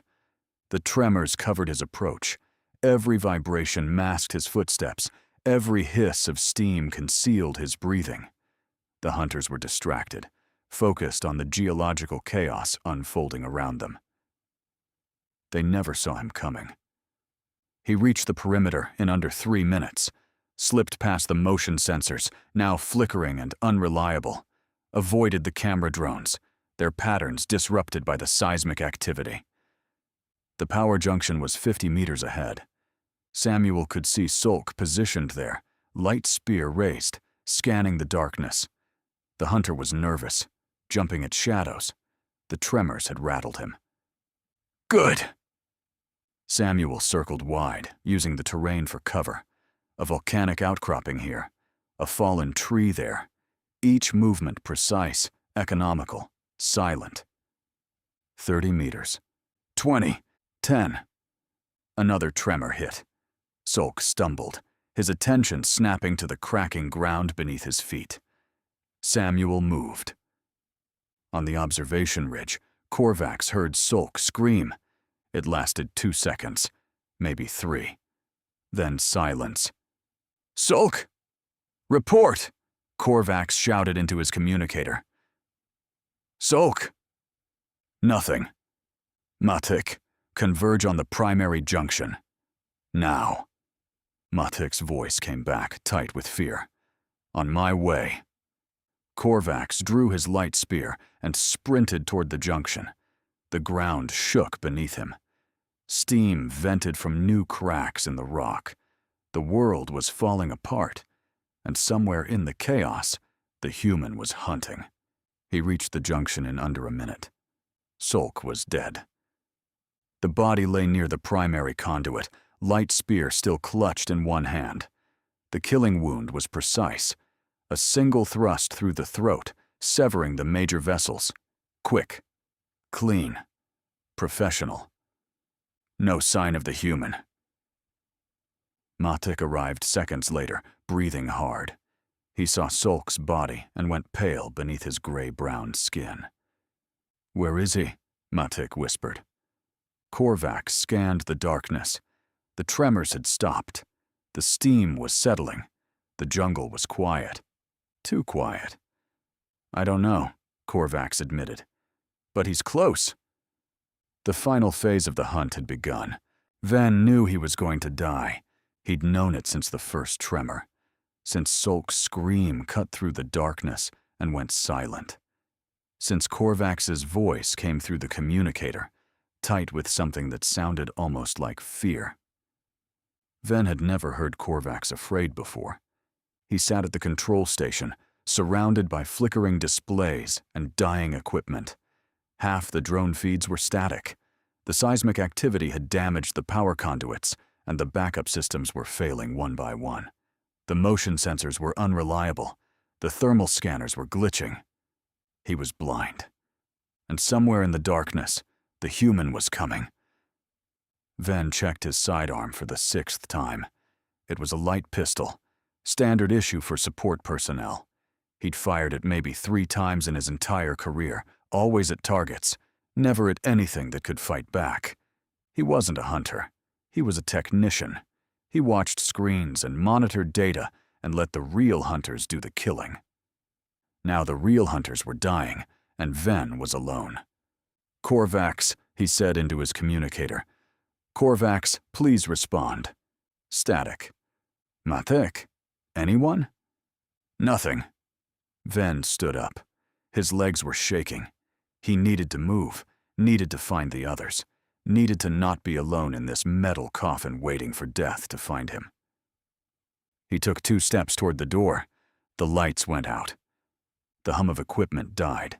The displays flickered once and went black. Even the emergency lighting failed, leaving Ven in absolute, perfect darkness. He couldn't breathe. No, he whispered. No, no, no! A sound behind him. Ven spun, raising his pistol, firing blindly into the dark. The light pulses illuminated nothing but empty air, equipment racks, the far wall. Then a hand closed around his wrist. The grip was iron. Ven felt his bones grind together as the pistol was wrenched from his fingers. He tried to scream, but another hand clamped over his mouth, cutting off the sound. A voice in his ear. Quiet. Calm. Human. The control station. How do I destroy it permanently? Ven's mind went blank with terror. The hand over his mouth loosened slightly, just enough for him to speak. I don't... The grip on his wrist tightened. Something cracked. Pain exploded up Ven's arm, white-hot and blinding. The control station, the voice repeated. Same tone, same calm, like asking about the weather. How do I destroy it? The main processor, Ven gasped. Behind the central console. Destroy that and everything goes down. Drones, communications, archives, everything. Archives? The broadcast recordings. Everything we've filmed. It's all stored locally before upload. Silence. Then the hand released Ven's wrist. For one desperate moment, Ven thought he might live. Thought the human might spare him, might let him go, might show the mercy that prey was supposed to beg for. The knife entered his throat before he could finish the thought. Quick. Clean. Almost gentle. Ven slid to the floor, his blood pooling beneath him, his last sight, the faint outline of a human shape moving toward the central console. Then nothing. Samuel found the main processor exactly where Ven had said. It was a black box, roughly the size of a small refrigerator, humming with residual power from internal batteries. Cables ran from it in every direction, connecting to displays, transmitters, drone control systems. The brain of the operation. Samuel studied it for a moment. Then he drew his light spear, adjusted the setting to maximum, and drove the blade directly into the processor's core. The effect was immediate. Sparks erupted from the casing. The hum turned to a whine, then a screech, then silence.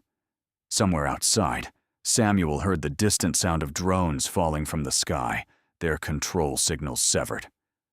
The cameras were dead. The broadcast was over. Samuel pulled the spear free and wiped the blade on his sleeve.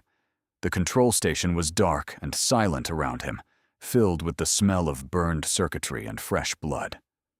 One target down. 2 remaining. Korvax heard the drones fall.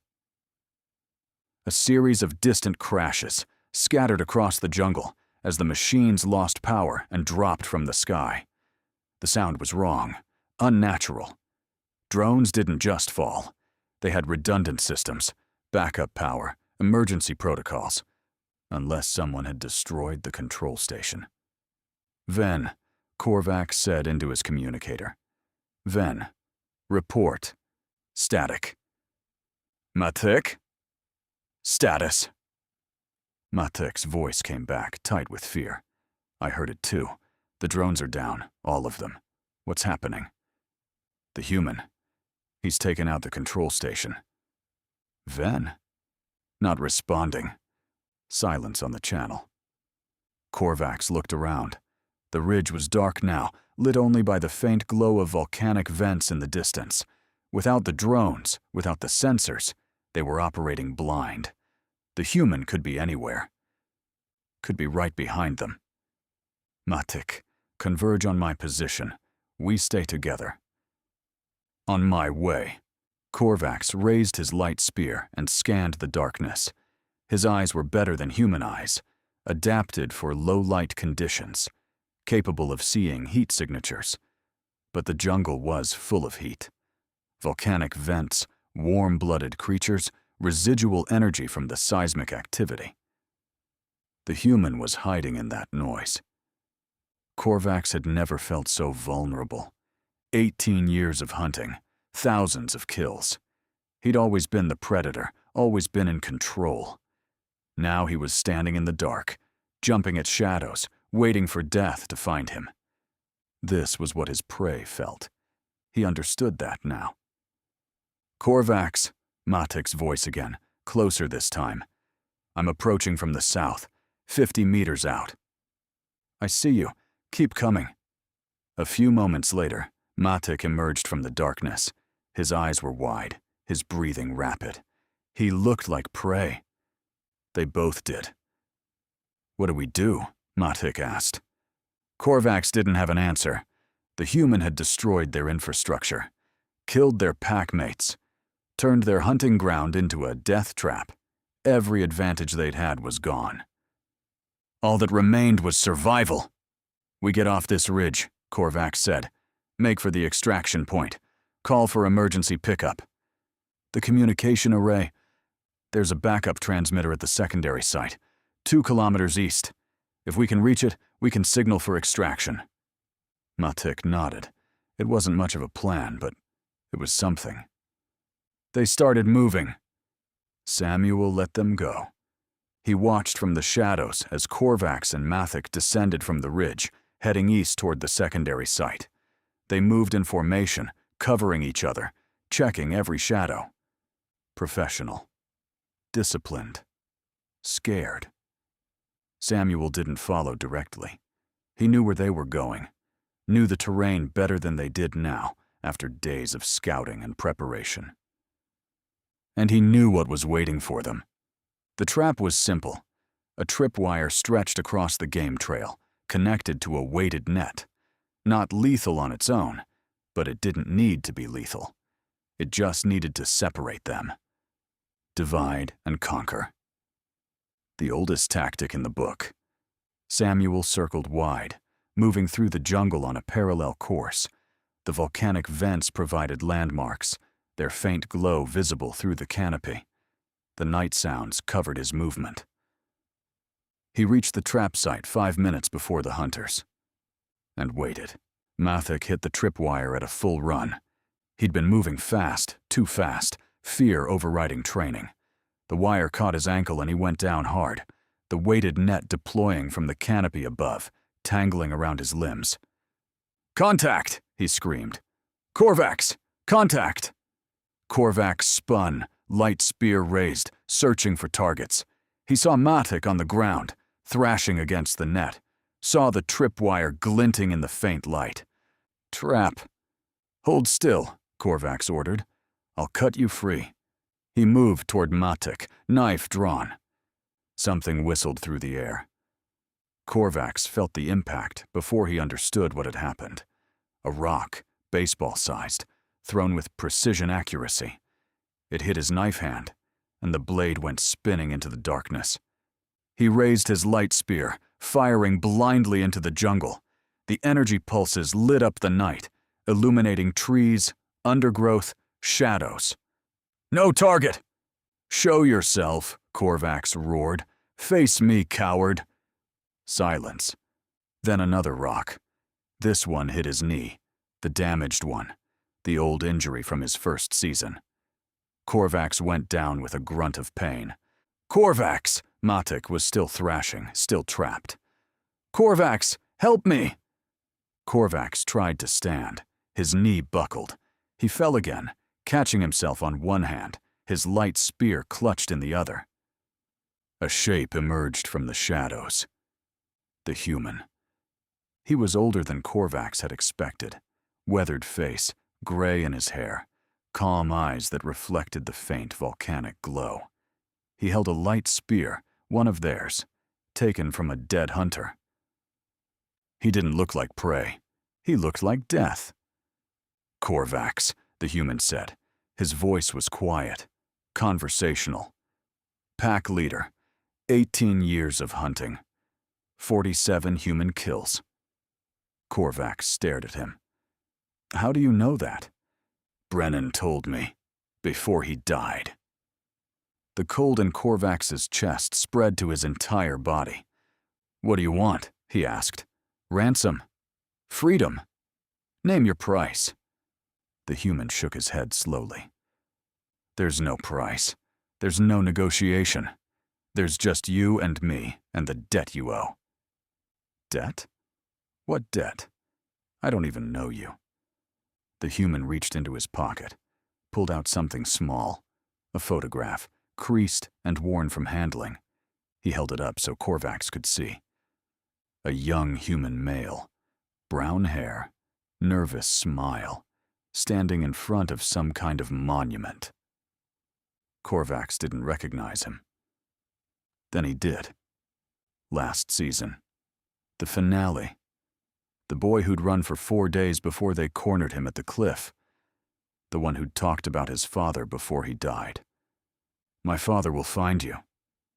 Your son, Korvax said. Not a question. A statement. The pieces falling into place. Richard. The human's voice didn't change, didn't waver. His name was Richard. He was 19 years old. He was traveling with friends when your people took him. You hunted him for 4 days. You killed him on camera. You broadcast his death to millions. Korvax straightened slightly. Even with his knee screaming, even with his pack dead around him, he was still a pack leader. He would not grovel. I remember him, Korvax said. He ran well. Lasted longer than most. He did. And now you're here. For revenge. Yes. Korvax studied the human. The calm eyes, the steady hands, the complete absence of hesitation. You planned all of this. Let yourself be captured. Mapped our operations. Killed my hunters one by one. He paused. Impressive. For prey. I'm not prey. No, I see that now. Korvax tilted his head. But you're still just one human. You've had your revenge. My pack is dead. Walk away? Disappear into the jungle. I'll report you died in the hunt. No one will come looking. The human shook his head slowly. You think this is negotiable? Everything is negotiable. Not this.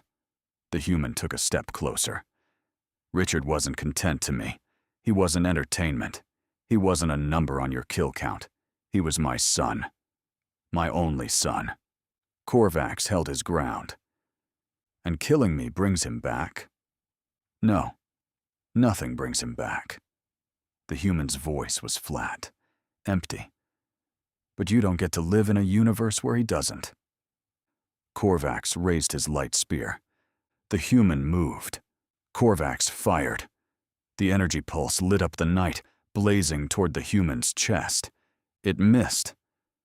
The human had shifted at the last instant, reading the shot, dodging by centimeters. Before Korvax could fire again, the human was inside his guard, one hand clamping around his wrist, twisting the spear away. They struggled. Korvax was strong.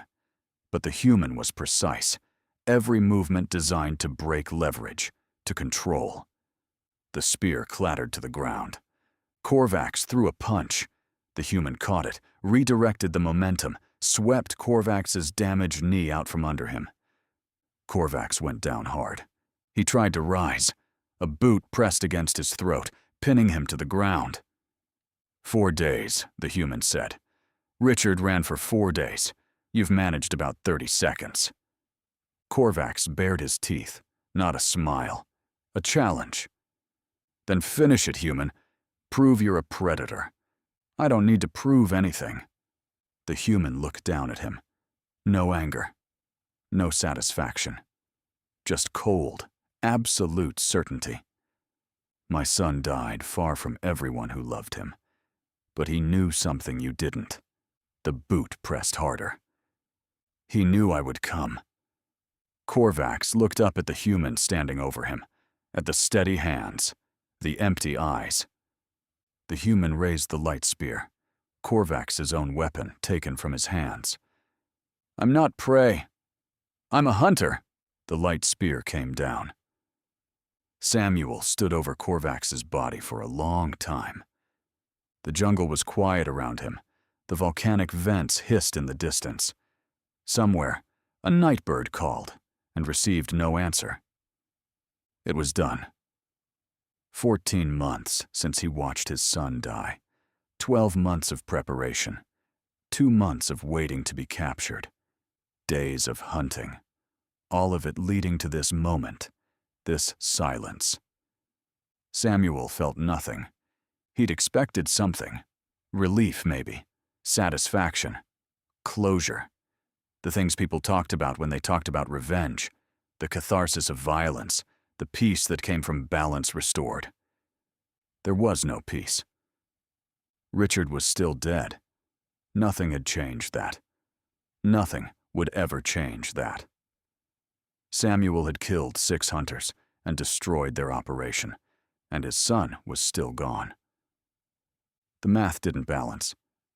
It never would. Samuel turned away from Korvax's body and walked back toward the trap site. Matic was still alive. He'd stopped struggling, stopped screaming. He lay tangled in the net, his eyes tracking Samuel's approach with animal terror. "Please," he whispered. "Please. I have a family. A mate. Children. Please don't." Samuel looked at him. He thought about Richard. Richard, who'd cried when he found injured birds in the backyard. Richard, who'd volunteered at animal shelters and talked about becoming a veterinarian. Richard, who'd had so much mercy in his heart. Richard would have seen the fear in this creature's eyes and felt compassion.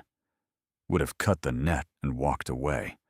Would have believed that mercy meant something, that sparing a life could change the universe in some small way. Samuel crouched beside the net. "My son," he said quietly. "He would have spared you. He had that kind of heart. Gentle. Forgiving. He believed in second chances."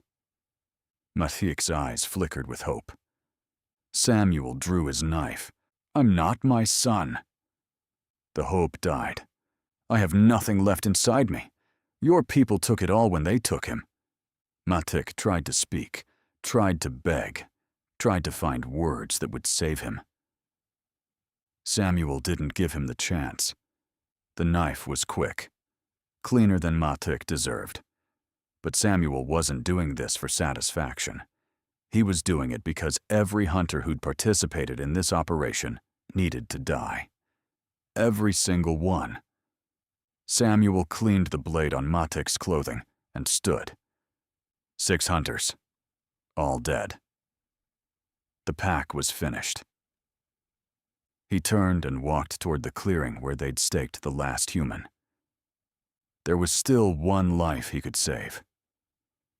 The clearing was exactly as Samuel had last seen it. Marcus Fell lay staked to the ground, motionless. For a moment, Samuel thought he was dead. Then the man's chest rose and fell, shallow but steady. Alive. Samuel knelt beside him and began pulling the metal pins from the ground. Marcus stirred, his eyes fluttering open, confusion and fear warring on his face. "Easy," Samuel said. "It's over." "Over?" Marcus's voice was a croak. "What do you mean, over?" "The hunters are dead. The cameras are down. No one's coming to kill you." Marcus stared at him. The information seemed to hit him in waves. First confusion, then disbelief, then something that might have been hope, fragile and terrified. "How?" he whispered. Samuel pulled the last pin free. "Doesn't matter. Can you walk?" Marcus tried to sit up. His arms shook. His legs wouldn't cooperate. 9 days of running, followed by hours staked to the ground. His body was broken. I don't think."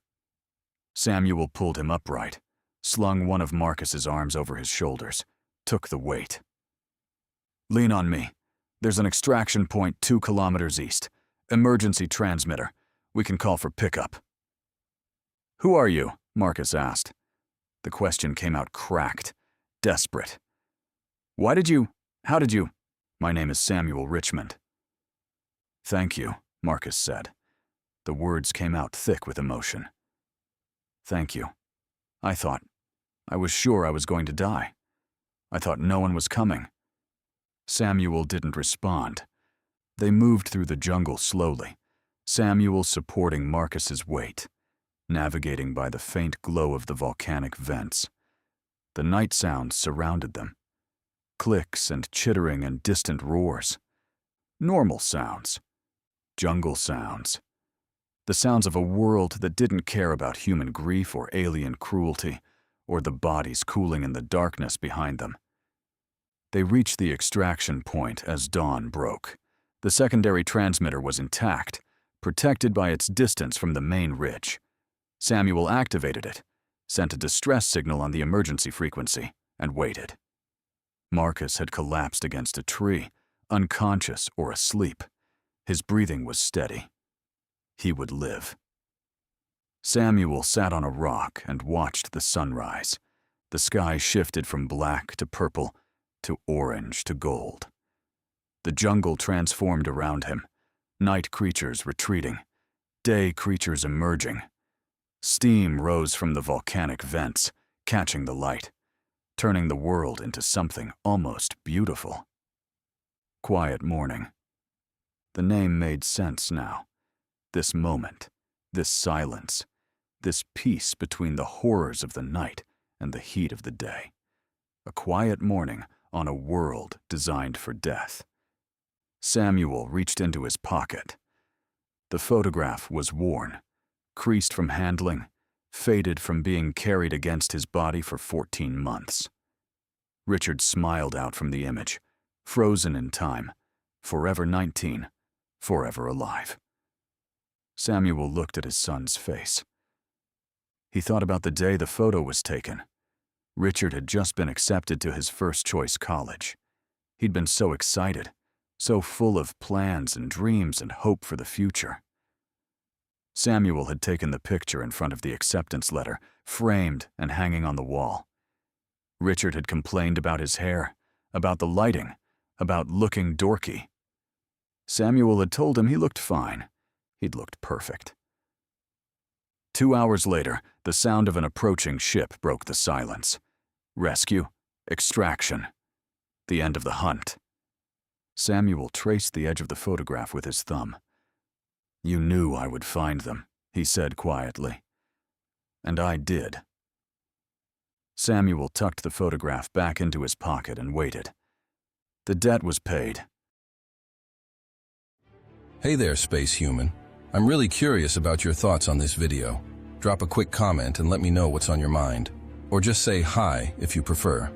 Either way, I'd love to hear from you. Also, remember to check the pinned comment. Trust me, it's worth a look. Oh, and one last thing. I've chosen another video for you to watch. Just click the card here, or here if you want the whole playlist. See you there.